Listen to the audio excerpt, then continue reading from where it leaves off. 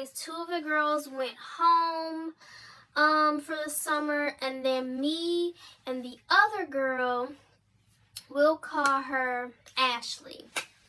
Me and Sarah were really tight. We were very silly. We liked to laugh all the time at stupid stuff. We were just goofy, had a good time.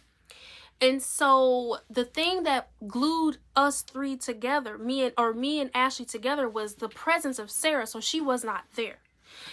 So I'm very introverted. Okay, especially I was very shy at this time.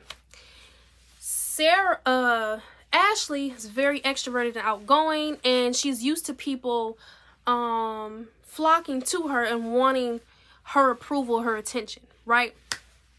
So I like to go off and go into my room and chill and watch TV and all of that. So I was not spending enough time with her. Okay? We would hang out, we would go and do everything together, but during our downtime when we were both in the apartment, you know, I would not spend every waking moment talking to her. I would make sure I talked to her, but it was not enough. Like, I'm admitting this. And so this is where I'm talking about how you're the problem, okay? So remember this part. I did not spend enough time with her, but we hung out. We went to parties together. Her friend that was in a frat, this guy, we'll call him Alex. He was in a frat, and we were like literally more than once in a week, I believe. We were going to his frat parties, getting tore down, okay? Tore down, okay? I was different then, okay? God didn't really did a number on me. I was different then. We was getting blackout drunk, wasted, okay? So, this is where the story comes in, okay? So, I also had a friend from home that I grew up with, okay? Now we don't keep in touch, but we kept in touch when I was in college, and I've known her since she was 7 and I was 9, and we kind of grew up together as friends type of thing. So she decides she's gonna come see me, right, for the weekend. I'm like, okay, cool. So my other friend, my friend that I was rooming with, so Ashley, and the guy friend who had the frat, Alex, and they went to a cabin near Lansing with our friends. What did I call her? What did I call the friend? Did I call her Brianna? Brittany? If I called her Brittany, the other friend, she had a cabin. Her family had a cabin near Lake Michigan, I believe, or something like that, near Lansing, and she was living there for the summer. And so she invited them to come for the weekend. Now, I did not know they were there.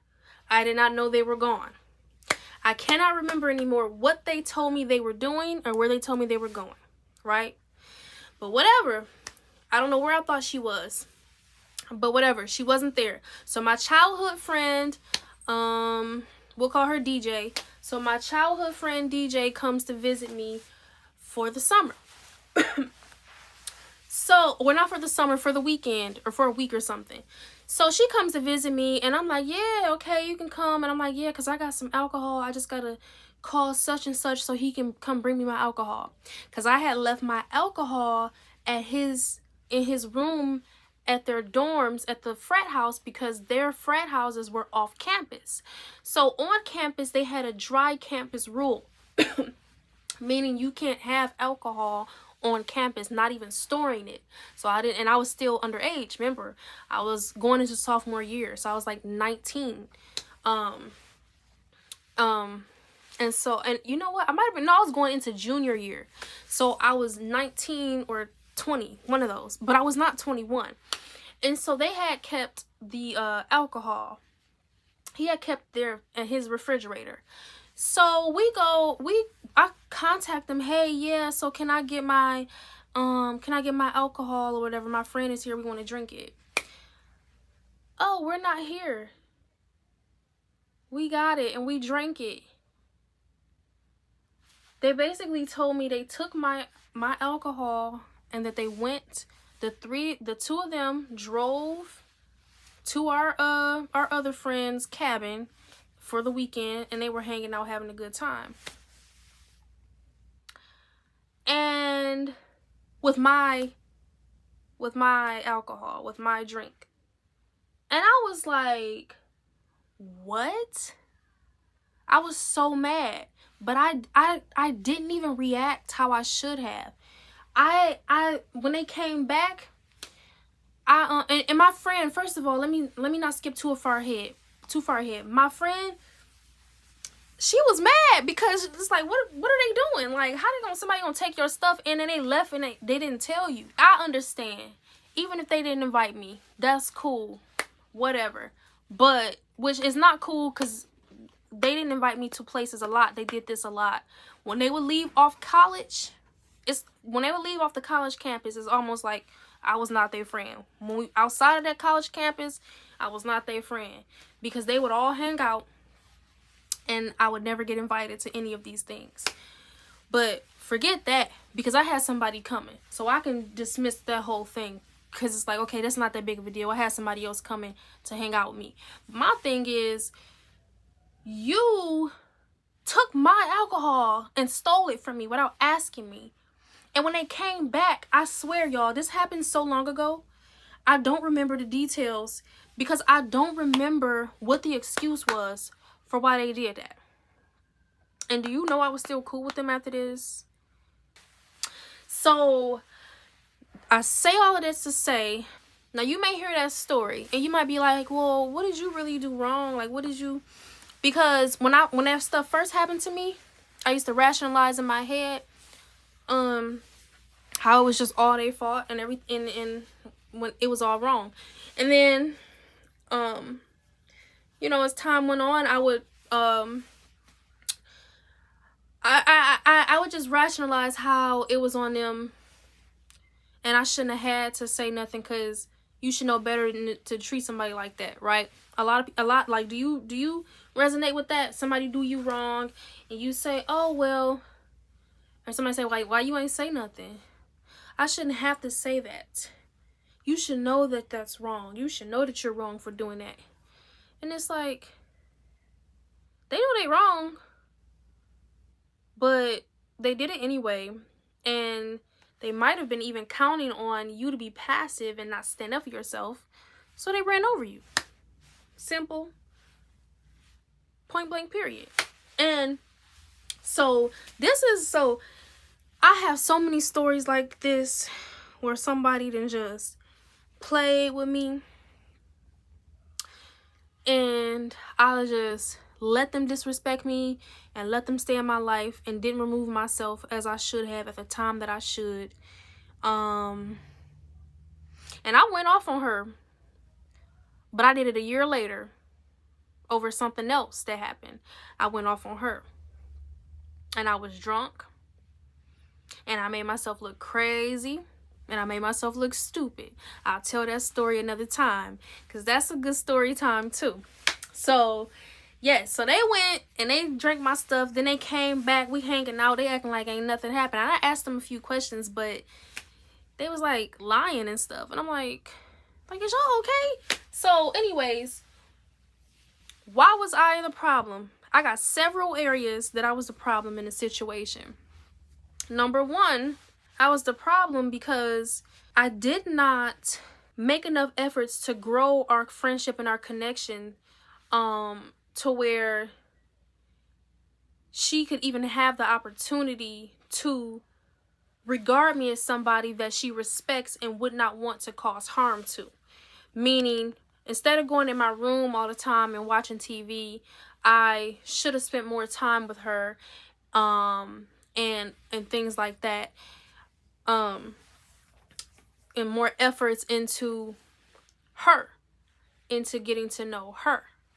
Now that I will say, she ain't never tried to get to know me. But as far as me and what I could have done, doing my due diligence as somebody who wanted to be friends with her, and to be accepted by her, honestly, because I never got accepted by her. Yeah, I could have at least done my part, and then if she want to continue to reject me, then that's when we change. That's when we do something different, right? When I found out that they took my alcohol, I could have said, so why did you think it was okay to take my stuff without asking me? You stole from me. Why did you find it okay to do that to me? How would you feel if I did that to you? I should have confronted it head on.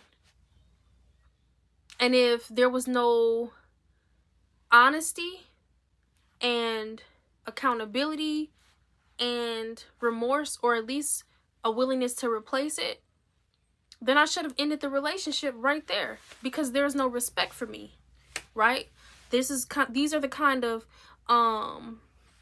things that for me would have took boldness, but for other people it's like, this is just regular stuff.